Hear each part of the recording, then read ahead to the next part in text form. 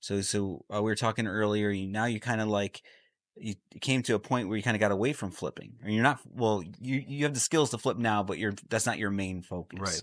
So why did you make that transition from fix and flipping to wholesaling? So, Because usually it's right. wholesaling the Yeah, flipping. I know. So I love that.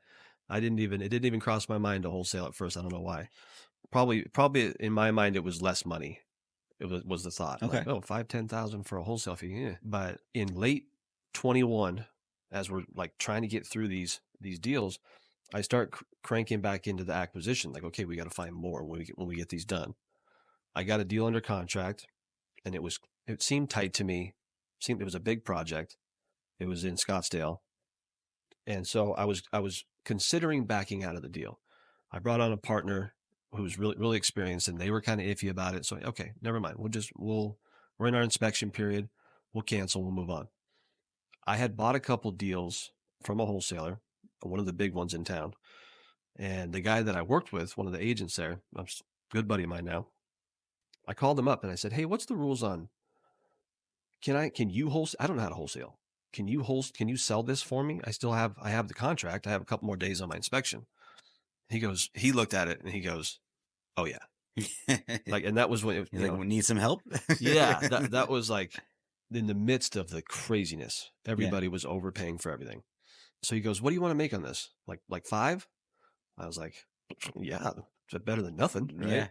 So come to find out, he wholesaled it for like $30,000 fee, and I got my 5, which okay, good enough. Yeah. If I would have known how to value that property, I would have maybe negotiated some more. But that when I got that check, like a couple weeks later, Mhm. it was a wire, whatever.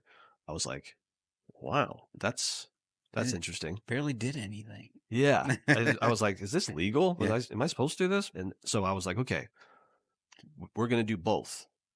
I'm going to continue the acquisition, put everything out to a wholesale buyers, try to build a buyers list.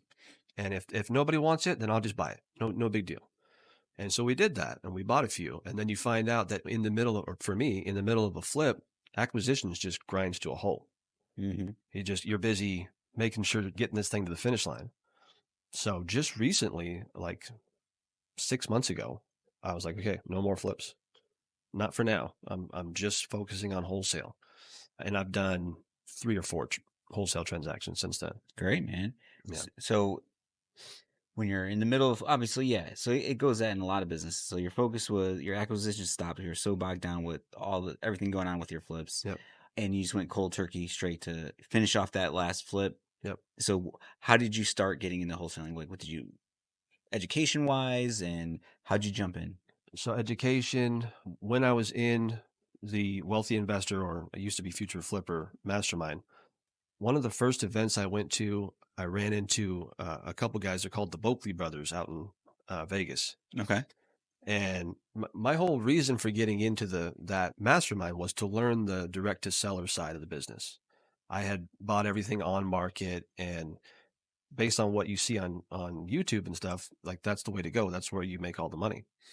But then I ran into the Boakley brothers, and their whole acquisition strategy is based on MLS acquisitions, on market stuff. Wow. And they're doing, I don't know what they're doing now, but they do like major, high end flips, and they do a high volume. I think the last time I checked, it was like 75 deals a year or something like that they were doing. And they're just making probably 400 or 500 MLS offers a month and following up, and it's working for them. So they wholesale some of those. And that was like a mind blowing moment for me too, where I didn't think you could wholesale off the MLS. Got it. Like an agent's not going to let you do that. I didn't even know if it was legal. Mm-hmm. I just didn't know.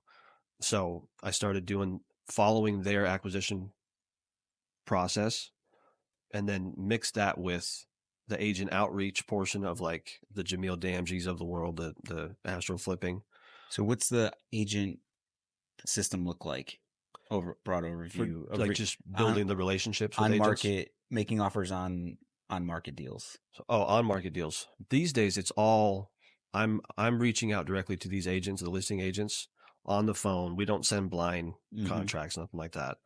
I'm just trying. More importantly, for each one that I call, I'm trying to develop a relationship with that agent. I may or may not get that deal, Yeah.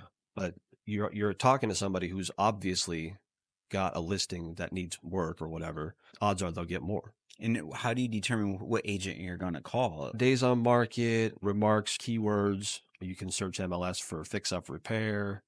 So ones with pain points or the Yeah. deal's not really moving. Yeah. Price drops. Yeah. If it's, if it's got days on market, 60 plus, 100 plus days on market, there's probably something going on there why they won't just lower the price to get it sold. So my job is just to call and find out what's going on. Got it. And see if there's something I can do to help.